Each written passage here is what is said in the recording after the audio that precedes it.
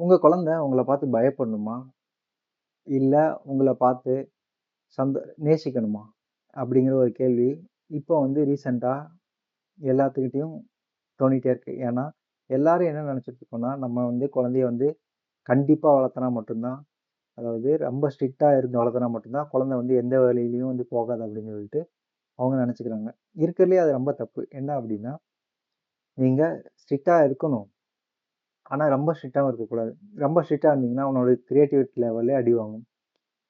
நீங்க ஒரு குழந்தை தப்பு பண்ணுச்சுன்னா, அந்த தப்பு பண்ணத வந்து தட்டி குடுத்து, நீங்க இந்த மாரி நீ பண்ணக்கூடாது அப்படின்னு சொல்லிட்டு தட்டி குடுத்து, அவன அடுத்த லெவலுக்கு மூவ் பண்றது தான் இருக்கறதுலயே வந்து ஒரு ம் நல்ல செயல்.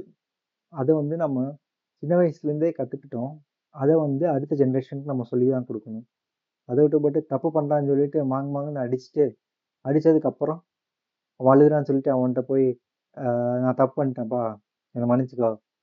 இல்லைன்னா, "அழுகாத, அழுகாத உனக்கு ஏதாவது வாங்கி தரேன்" அப்படின்னு சொல்லிட்டு, நம்ம சின்ன வயசுல அடி வாங்கி அ பண்ண எல்லாத்தையும் இப்ப நம்ம பண்ண முடியாது. இது இப்ப பண்ணீங்கன்னா அது வந்து தப்பாயிரும். ஏன்னா, நீங்க அந்த ஒரு கஷ்டத்த நீங்க அனுபவிச்சீங்க அப்படின்னா, அத வந்து மாத்தணும்னு தான் நீங்க வந்து பண்ணணும். மாத்துறதுக்கு என்ன பண்ணணும்? நீங்க அவன் தப்பு பண்ணிட்டான்னா, அவன அடிக்கக்கூடாது. அவன் என்ன தப்பு பண்ணியிருக்கான்னு சொல்லி அவன புரிய வைங்க. 1 வாட்டி, 2 வாட்டி, 3 வாட்டினாலும், அவன் உங்க பையன், உங்க புள்ள தாங்க. நீங்க புரிய வச்சீங்கன்னா, அவன் கண்டிப்பா புரியும். நீங்க செய்யக்கூடாதுன்னு சொன்னீங்கன்னா, 2 வாட்டி செய்வான், 3 வாட்டி செய்வான். அதுக்கப்புறம் அப்பா வந்து சொல்றாரு, இது செய்யக்கூடாதுன்னு சொல்லி கொஞ்சம் தெரியும். அவன் செய்ய மாட்டான். சரிங்களா? முன்னாடி நம்ம எப்படி அடி வாங்கி, அழுக வச்சு, அதுக்கப்புறம் வந்து பார்த்தீங்கன்னா, சரி இதுக்கு மேல செய்ய மாட்டேன்னு கொண்டதுக்கு, இப்போ வந்து நீங்க கொஞ்சம் மாறுங்க. மாத்துங்க.